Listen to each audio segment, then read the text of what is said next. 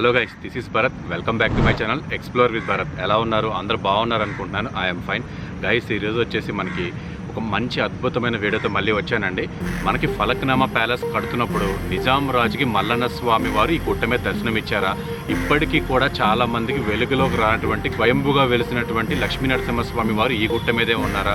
హైదరాబాద్లో కానీ తెలంగాణ పరిసర ప్రాంతాల్లో కానీ మల్లికార్జున స్వామి వారు అమ్మవారు లేకుండా పార్వతీదేవి అమ్మవారు తన తల్లితో వెలిసినటువంటి అద్భుతమైనటువంటి క్షేత్రాన్ని ఈ రోజు మీకు చూపిస్తున్నాను ఫ్రెండ్స్. ఇప్పుడు మీకు చూపిస్తుంది మనం గుట్ట మీదకు వెళ్ళడానికి ప్రధాన ఆర్చి. కోరిన కోరికలు నెరవేర్చే బాలమల్లన్నగా ప్రసిద్ధి చెందిన ఫలక్నామా మల్లన్న దర్శనం చేసుకోవడానికి ఈ గుట్ట మీద దాదాపు 50 మెట్లు పైగా ఎక్కాల్సి ఉంటుంది. ఈ గుట్ట చాలా పెద్దదండి. ముందుగా స్వయంభూగా వెలిసిన రేణుకా అమ్మవారి దర్శనం చేసుకుందాం. మల్లన్న స్వామి ఇక్కడ వెలిసినప్పటి నుంచే రేణుకా అమ్మవారి ఇక్కడ ఉన్నట్లు ఒగ్గు పూజారులు చెప్తున్నారు. ఇంతకు ముందు చిన్న ఆలయం అండి. రీసెంట్ గా ఆలయాన్ని నిర్మించి ఘనంగా పూజలు నిర్వహిస్తున్నారు.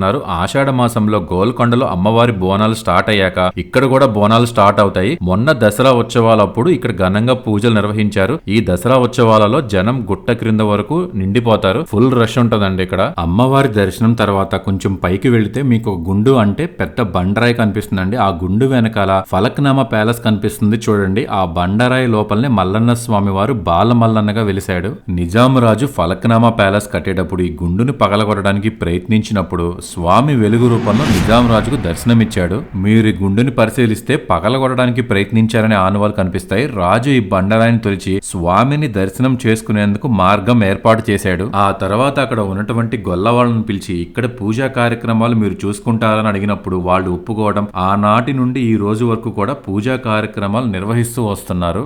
ఎంతో మహిమగల దేవుడిగా ఇక్కడ వచ్చినటువంటి భక్తుల కోరికలు తీర్చే బాలమల్లన్నగా ప్రసిద్ధి చెందాడు. చిన్న పిల్లల చదువు కోసం, ఆరోగ్యం బాగోలేని వారు మరియు పిల్లలు లేని వారు ఎక్కువగా ఈ ఆలయాన్ని దర్శిస్తారు. ఇక్కడ ఒగ్గు పూజారులు చెప్తుంది సుమారుగా 450 సంవత్సరాల కాలం నుంచి స్వామివారు ఉన్నారని. అయితే ఇంతకు పూర్వం ఎప్పటి నుంచి ఉన్నారనేది మనకు తెలియదు. ఎక్కువగా ఆదివారం నాడు భక్తులు మల్లన్న స్వామి దర్శనానికి వస్తారు. ఉగాది నాడు మల్లన్న స్వామికి కళ్యాణం మరియు అగ్నిగుండాల జాతర ఘనంగా నిర్వహిస్తారు. మనం ఇక్కడ చూస్తున్నటువంటి పెద్ద బండరాయికి కుడివైపు బాలమల్లన్న పాదాల గుర్తులు కూడా మనం చూడవచ్చు.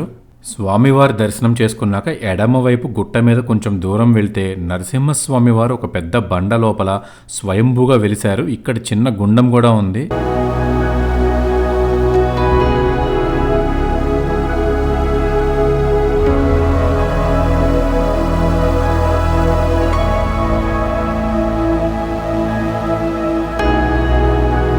ఈ ఆలయం తెలంగాణ హైదరాబాద్లోని ఓల్డ్ సిటీ ఫలక్నామాలో ఉంది. లింగంపల్లి, సికింద్రాబాద్ నుంచి మరియు వివిధ ప్రాంతాల నుండి MMTS ద్వారా ఫలక్నామా రైల్వే స్టేషన్ కు వచ్చి అక్కడ నుంచి బయటకు వస్తే వాకబుల్ డిస్టెన్స్ లో గుట్ట మీద ఫలక్నామా మల్లన్న స్వామి వారి ఆలయం కనిపిస్తుంది. స్వామి దర్శనం తర్వాత దగ్గరలో శక్తివంతమైన ఆలయాన్ని నెక్స్ట్ వీడియోలో చూపిస్తున్నాను. మనం మళ్ళీ కలుద్దాం.